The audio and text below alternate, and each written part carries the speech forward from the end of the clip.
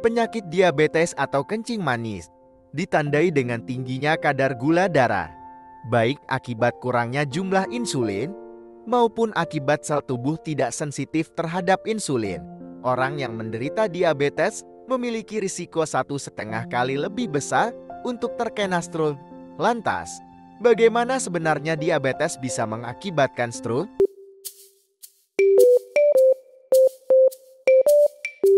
Penyakit diabetes mellitus ini yang perlu ditakuti ini karena efeknya kemana-mana biasanya, ya nggak cuma gula ini tuh numpuk dalam darah, ya. Jadi dibagi secara umumnya ini dapat mengakibatkan penyakit pada pembuluh darah besar atau makrovaskular atau pembuluh darah kecil mikrovaskular, ya. Kalau makrovaskular itu seperti kita tahu, yang seperti topik kita hari ini itu dapat mengakibatkan stroke, ya, atau penyakit jantung koroner, ya, atau penyakit gagal ginjal. Tapi kalau mikrovaskular itu dia mempengaruhi pembuluh darah yang lebih kecil. Misalnya pada pembuluh darah mata itu sering sekali pada orang yang diabetes itu sering terjadi katarak, terus terjadi penurunan penglihatan karena pembuluh darahnya tersumbat.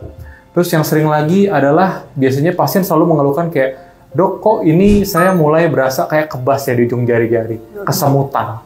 Nah, itu biasanya dapat juga menjadi gejala awal dari penyakit gula yang tentunya sudah menahun ya, tidak terjadi dalam 1-2 hari, tapi biasanya penyakit yang kronis.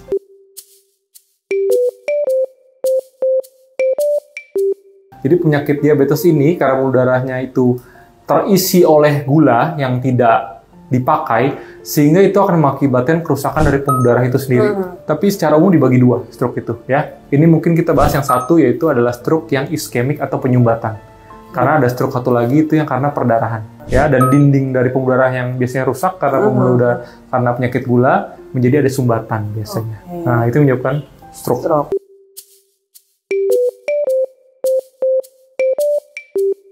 Stroke ini merupakan penyakit yang multifaktorial.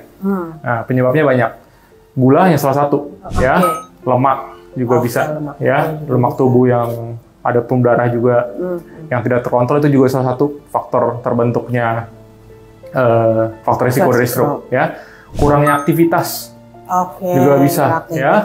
Apalagi yang kita tahu pola hidup orang zaman sekarang nih di kota kadang-kadang agak kurang ya gerak, ya. Kebiasaan tubuh kita itu, sel-sel tubuh kita males, ya, tidak sering dilatih, itu akan meningkatkan faktor risiko juga.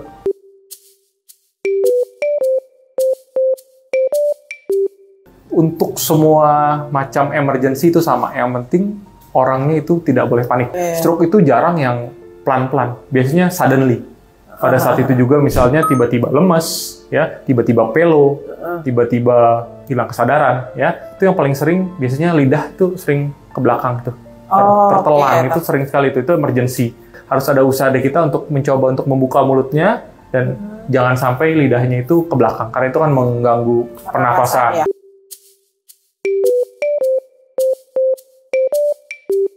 Ya, jadi penyakit stroke ini kalau bisa dibilang sekarang penyakit yang tidak mengenal usia.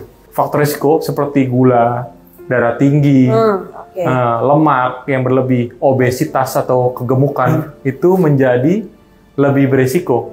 Walaupun yang tidak punya faktor itu semua bisa kena juga ya, tapi dengan lengkapnya faktor itu makin memperberat.